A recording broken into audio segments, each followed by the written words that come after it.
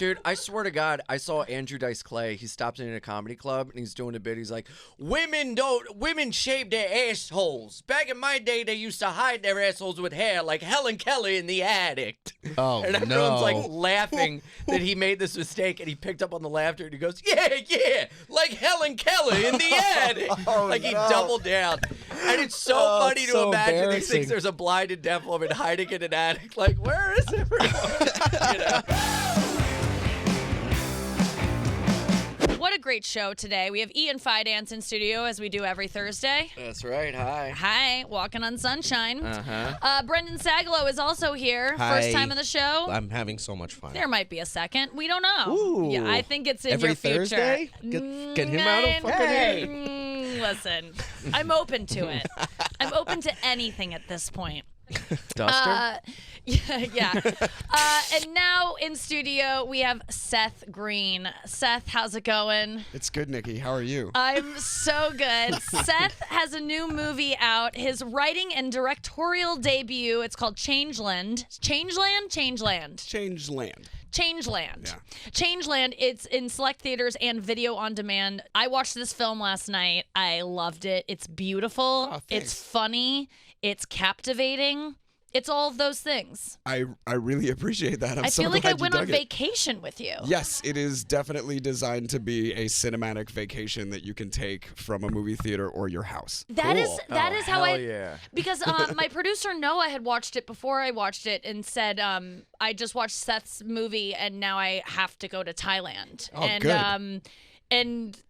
And I was like, haven't you known that Thailand's great anyway? But you're right. I've been to Thailand before, and this made me want to go again. I mean, you really do a service to the country to show how fun it is there, Well, and how thanks. cool and beautiful. I was really inspired by the place itself, and all of the things that the characters do in the movie are something that you can go do in real life.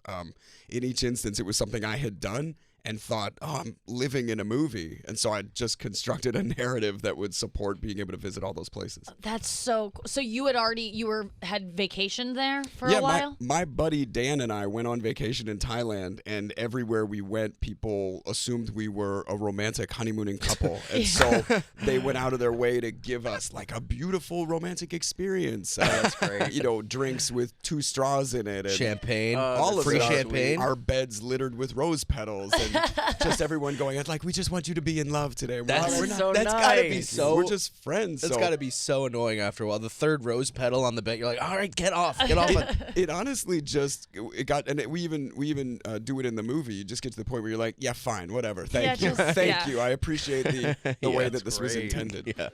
Yeah, so you decided to, while you were there, were you like, I'm going to come back here and shoot a film, or did it come after? No, it was while we were there. Everything that was happening was so cinematic. Just the backgrounds and the experience, the characters that we met, the night that we had. I was like, all of this actually feels like an incredible narrative for a movie. So I came up with all of the emotional disposition of it, right? Yeah. None of that was actually existed. I had just started dating the actress in the movie, Claire Grant.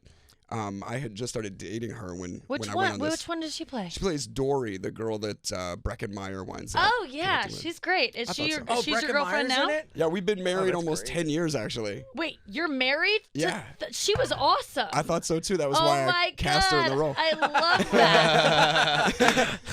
in each one of these cases, I wrote the part for a particular actor and then was, grateful that they said yes. That's so cool. Okay, I didn't know that you had been married for 10 years. Even better. That's okay. So yeah, the casting in this is fantastic too. So you got to thanks. make a movie with your friends and family. Yeah. What a dream. Exactly. Yeah. That's Well, great. I got all of my first picks for all of the performers. Like as a director, all you hope is that you can cast people who are going to be organically believable in the roles and then really great at it. But because we're making this tiny independent movie on small islands and boats, you need people that are professional and really good at the job and going to give it to you in like 1 or 2 takes and not be concerned that there isn't a triple stack trailer for them to change their clothes in. Everybody had to be kind of cool about it. Yeah. So I felt like I'd made all the conditions as perfect as I could, but man, I was glad when it worked. Was this so fun to make? It was. looked like a really fun film to make. It was a lot of fun, and I think that you can see the years of familiarity and chemistry amongst all the performers. You definitely can. That's great. So this is the first film you've ever written? Yeah. How do you even go about doing that? I mean, did you just come home and just open your laptop at a Starbucks and start typing? I mean, what did you do? Not at a Starbucks, but pretty much. It took about Coffee bean. It took about exactly. It was at a Pete's.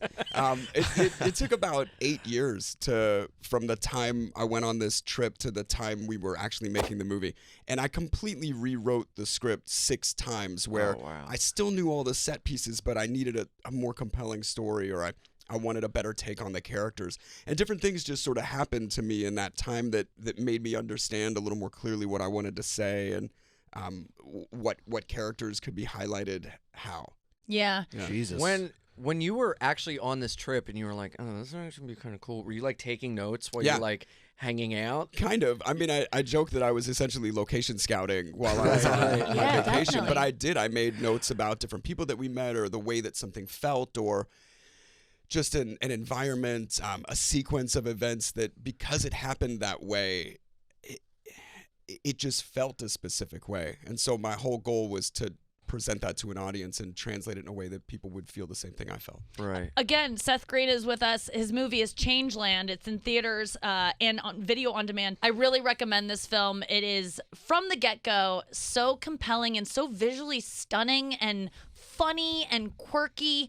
My favorite, the opening is so good. You just despondent traveling. There's like the opening shots of you just staring into the abyss, kind of depressed, because it's a guy going through a hard time in his relationship, which kind of is the impetus for him going abroad with his friend, which is supposed to be like a honeymoon with your, or not a honeymoon, but a romantic vacation with your wife. A prepaid second honeymoon that was going to be a surprise for my character's wife, and on the eve of surprising her, you discover she's been having an affair, and so instead of confronting her, he gathers his old best friend, which you come to realize he's a little estranged from, and they go on this trip together to figure out what to do. Oh, that's great. And so from my character's perspective, he's cowardly running away from the confrontation, and from his best friend's perspective, it's a badass move to ditch town on your anniversary without even a word to your wife. Yeah. When you're directing yourself, how do you check? Do you just go back and, I mean, I know this is like a, how do you make sure you look good? Do you yell action and then run into the and you have to be standing there, action, and then get right into your dialogue? No, I had an AD that would call action for me, especially if I was in a scene. If I was behind the camera, I'd call action. But it's a little challenging. It took a lot of compartmentalizing and a ton of preparation. I just had to be really prepared in each category. So I had to be really prepared as an actor, so that I didn't have to ask myself questions, or so that I could make minimal adjustments. And I had to be incredibly prepared as a director, so that I could multitask. But also it took having awesome people around me. You know, if I'm in a scene with Brecken and I'm not the best at it, he'd be like, you could do that better. Yeah. That would. I'd be like, tell me what. That would crush me. Yeah, any kind of criticism. If he was like, you could do that better, I'd be like, fuck you, But man. I think that's good. I'm to just push not- you. Yes. Yeah, the point of surrounding yourself with friends or professionals that you really trust the opinion of is that they will give you the goods, and no one's going to let you screw up like that. Right. No one's going to leave you hanging out there. Of course. You know what I mean? Yeah. That's great they believe enough in the project to like not just show up to act, but to show up to make it better, to enhance everything that they're in. Absolutely. I really, it sounds smart after the fact, but I just stacked the deck in my favor to make it go well any way that I could. I knew there were people that I could depend on. That's great. I'm gonna go see it this weekend. My girlfriend loves you and quotes Robot Chicken to her whole family, and I'm gonna take her. She's gonna be so excited. It's so good, and it's a visually stunning movie, and the music is so good. The acting, the acting is you look at the cast, you know what you're gonna get. It's fantastic, and it's really funny, but it's just real. Like the conversations, I feel like it didn't feel too scripted. You did a really great job for your debut as a director and and writer. I mean, this is going to lead to many more opportunities for you in those fields. Do you feel like that's something you want to keep on doing? I love making stuff, and making movies is something that I've done my whole life. So it feels a little like cheating because I've gotten to work on so many films with so many people, and so before I ever attempted to do it myself, I felt like I'd gone to several college courses about how to do it right or how to do it wrong. I'm glad you mentioned the soundtrack. That was something I put a lot of work into. In most cases, the music was selected, or a scene was written around a particular song. Yes. And so I had to go out to each of these artists personally and say, hey, say yes, because if you don't, I'm totally fucked. Like, That's like the running no. theme with this movie. You're like, I need this specific actor. I need this specific song. And if it doesn't work out, it won't work out in my head. It's chemistry, you know. It's a kind of alchemy that if you get all the right elements together, the end result is a movie that's watchable. I mean, I don't know if this will be people's favorite movie. I don't expect it to make a ton of money, but I hope that anybody that watches it feels what we set out to give them. That's great. Well, every time a song would start, I'd be like, how much did this cost? Oh, and then what about this one? I mean, I was looking the music for my special, and it's like any song that you even have maybe heard of a little bit is so expensive. But you have so many great tracks from so many great artists. Like this soundtrack is there going to be a soundtrack to this movie? Yeah, there's a playlist on Spotify now, and I'm putting a vinyl together because Patrick Stump, who's the lead singer of Fall Out Boy, he wrote all of our composition and even did like orchestral score for the movie, and it's beautiful, all his work. And then we got all this licensed music from Otis Redding to the XX. Yes. No shit. I want to put them on a vinyl that people can. Dude, that's amazing. Music makes a movie. That is so awesome. You can find Totally agree. You can find the Spotify playlist by searching Changeland on Spotify. Yeah. Okay, I'm definitely going to add that to my because it was great. Thank you. I think that list is just missing the Coldplay. And there's like one other song that's not on the Spotify list. There was a Lorde song you had in there that I was like, God, that's a good pick. I mean, cool. It all just it was like a series of music videos with these amazing. I really loved it. And how long were you over there shooting? We shot for about 4 weeks, like 24 days. So it was 6-day weeks. But I was over there almost 3 months this go. I had 5 weeks of prep and then 2 weeks of wrap down. Damn. And when did you shoot this? It was in the end of summer of 17. Okay. Yeah. Wow.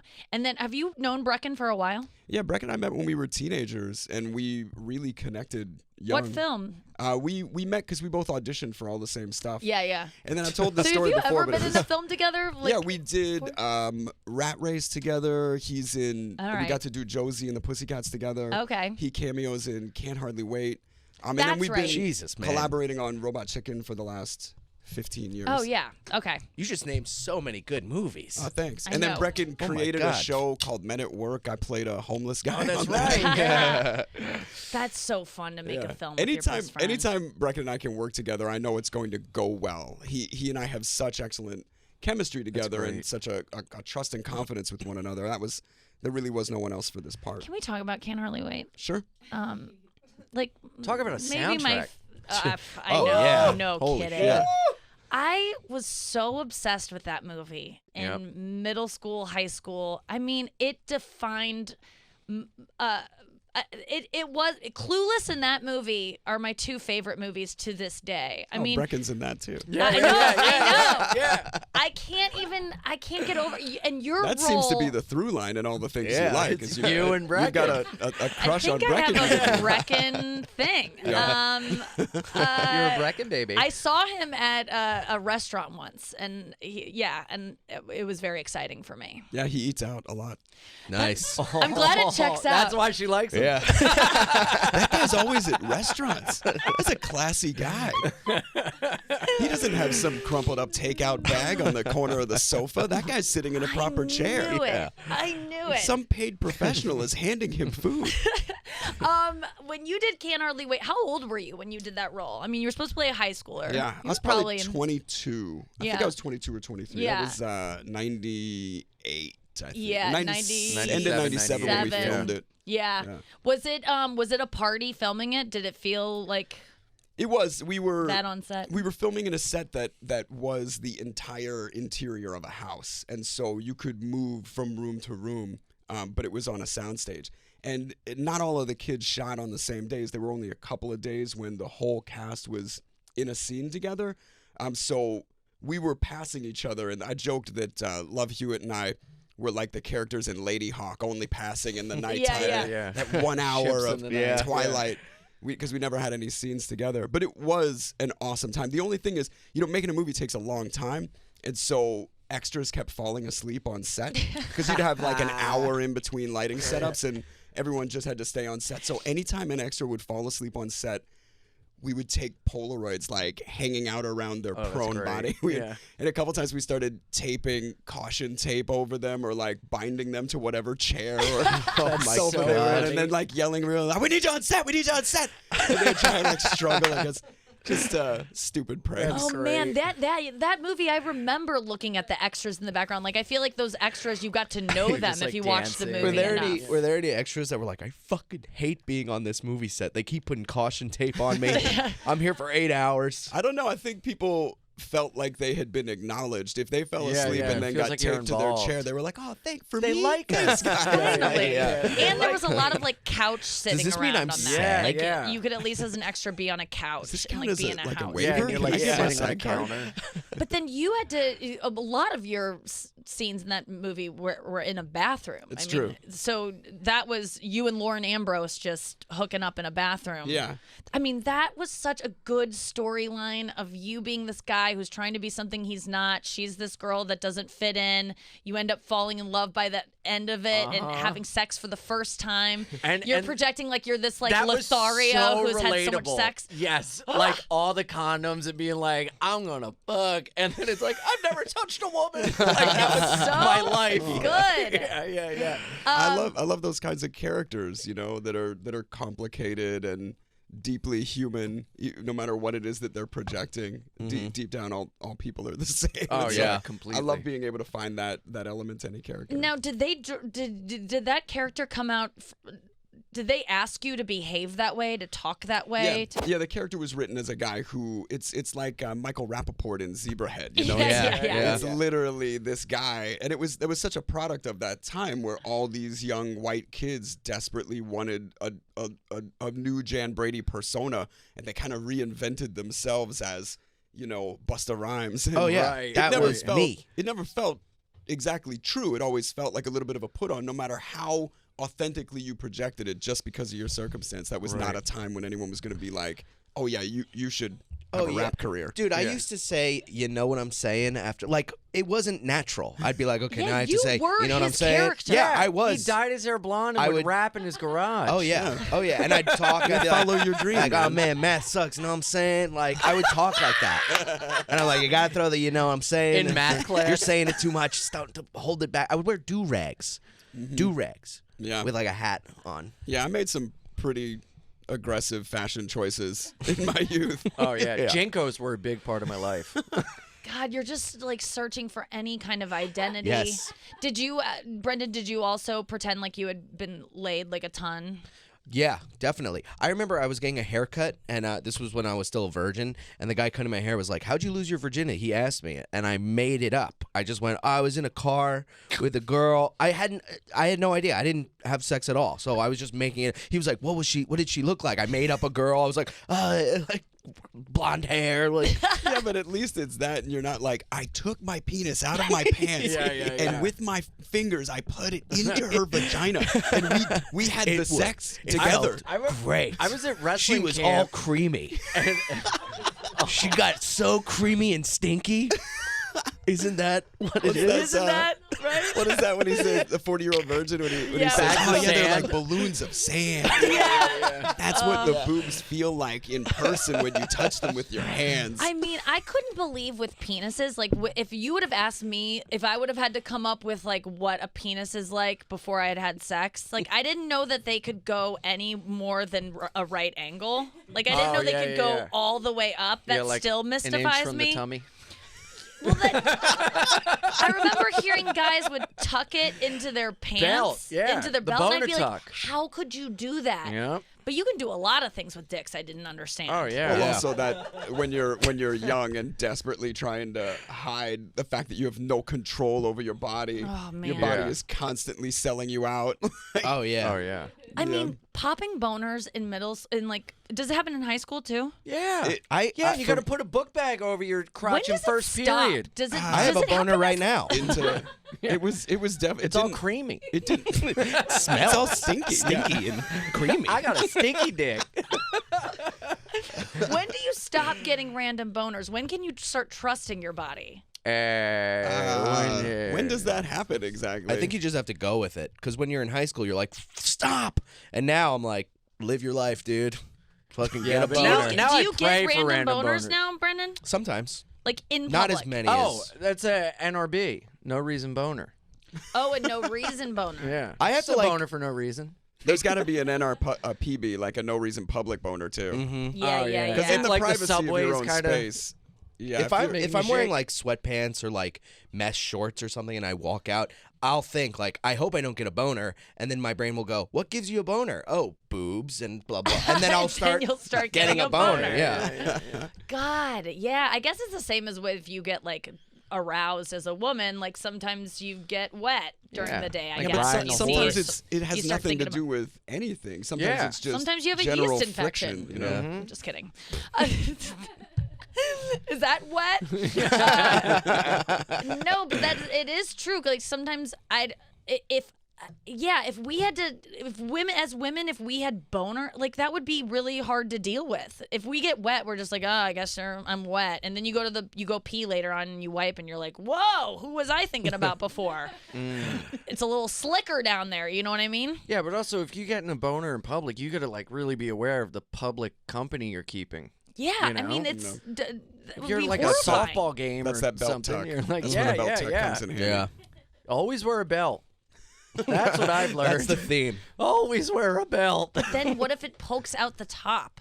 You know, most people are not looking, and so Yeah. you can And just you're not by, wearing a crop top. I guess. Right. That's Yeah, it. yeah, Like, yeah. just by you're being sort of- calm, you can usually conceal it. Yeah. Oh God. Yeah. I just noticed your Radio 8-Ball shirt. Do you know Andras? Yeah. That's so cool. Yeah, We our- made a movie together called The Attic Expeditions. No way. Yeah, when I was wow. like 21. I don't know if anyone's ever seen that. Oh, that's awesome. He's Yeah, great in our it. friend Anya Marina did a web series, and he had us on for it, and then made us these T-shirts for it.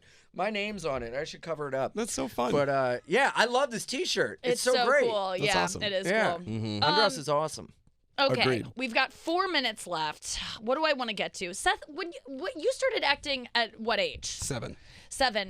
Is that something that you were begging to do, like begging your parents to do, or Yeah. was it something that they were like, "You're good, you should try this"? No, they wanted nothing to do with it. My parents were like lower middle class teachers in Philadelphia, Yeah. and I was this obnoxiously, oddly driven kid who knew from a young age that I was supposed to be doing this and just relentlessly pursued it. And do you look back on yourself then and you're like, where did this confidence come from? Like, what this bold kid? Because I feel like, do you still feel like you're that kid, or do you relate to him still? I still feel like this is what I'm meant to do. I never feel more like myself than when I'm performing. And I still feel most at home amongst the artists and performers. That's what makes the most sense to me. Yeah. And everything else is just something that I've learned along the way, like how to not go crazy or spend all my time desperately insecure or deeply depressed. Yeah.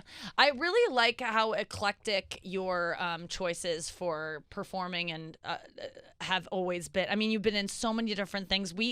I was so excited to be a part of something you were in, which is the historical roast. so Which you good. crushed, by the way. You're so Thank funny you. in that. Likewise, man. Like, you raised the bar that day in terms of performance. You played David Bowie. I played Kurt Cobain. It was the roast of Freddie Mercury. It's on Amazing. Netflix now. Historical roast. So fucking good. Thanks, man. That Yeah, day. it That was show is awesome. It's I've seen a bunch awesome. of episodes of it now. I'm so And proud it's of Jeff. educational Wow. too. Yeah, me too. You're like It is. relearning things. Yeah. He It's made fantastic. a really funny point. He said, modern audiences don't know the difference between Anne Frank and Helen Keller. So if nothing else, this is going to provide some context. Yep.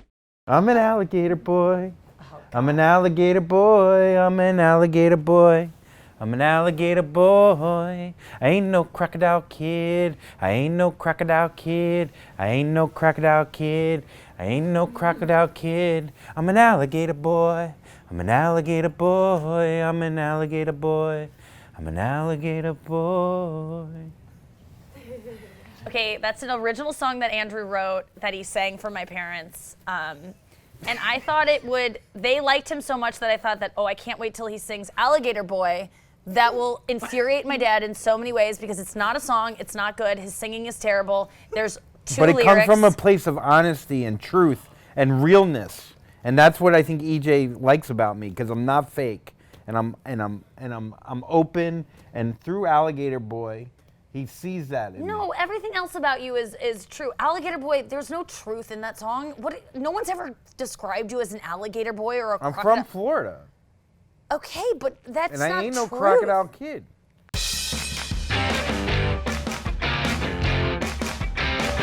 So generally, my dad hates bad singers. Okay. Cannot tolerate them especially someone who thinks they might be good, which you think you're good and you're not. I don't think I'm really good.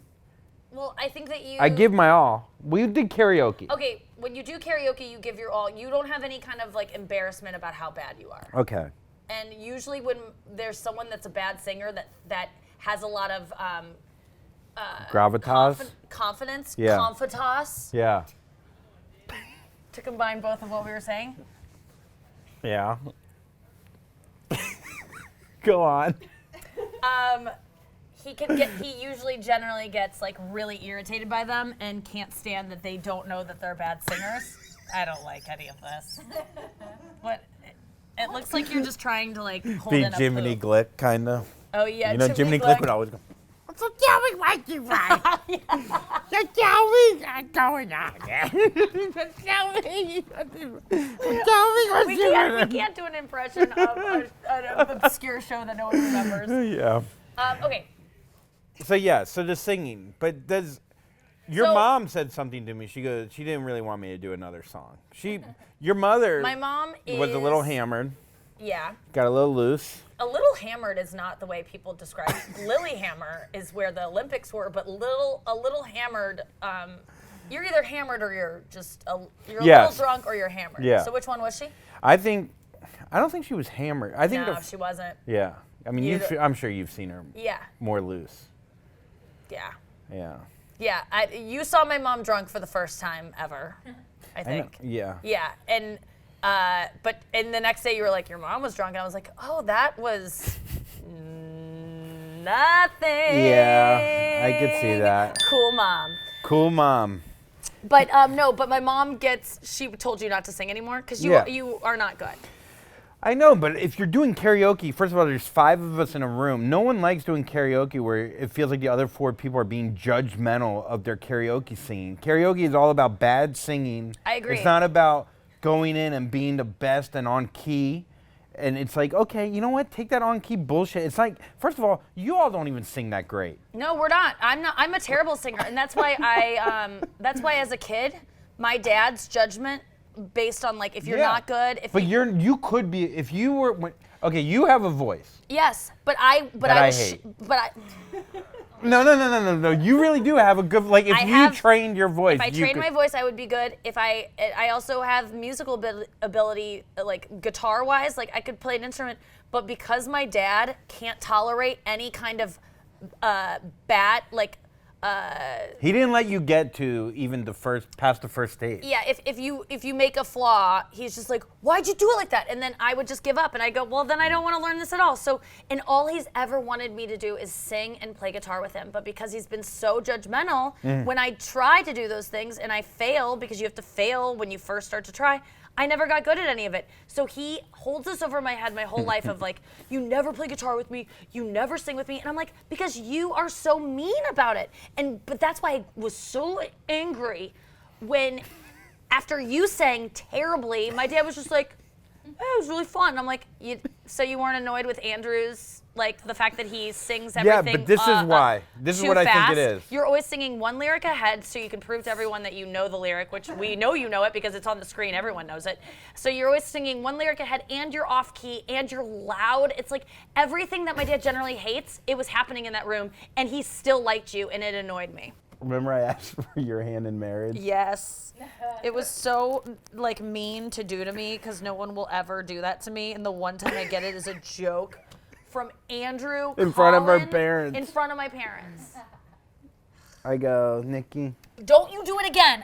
Don't you Just hold my hand. Just hold my hand. No. Please be my boss forever. Please employ me till October. Till July, September. September 17th. 17th. That's when I get to bring out a new opener? Oh, not 2028. That's too far. I'm not going to 27. Your hands are cold. 2026. 25. 2024. Just give me a fucking job. I can give you till the end of the summer this summer. I'll take But it. then you're on your own. Start a podcast. Get your own fans. She said no. You just saw a clip from You Up with Nikki Glaser. Check here every Tuesday for a new clip from my radio show, You Up with Nikki Glaser. From our radio show, with You Up with Andrew and Nikki. Never. Andrew Collins' radio show, who happens to have Nikki on sometime. Okay, we all know that's not true.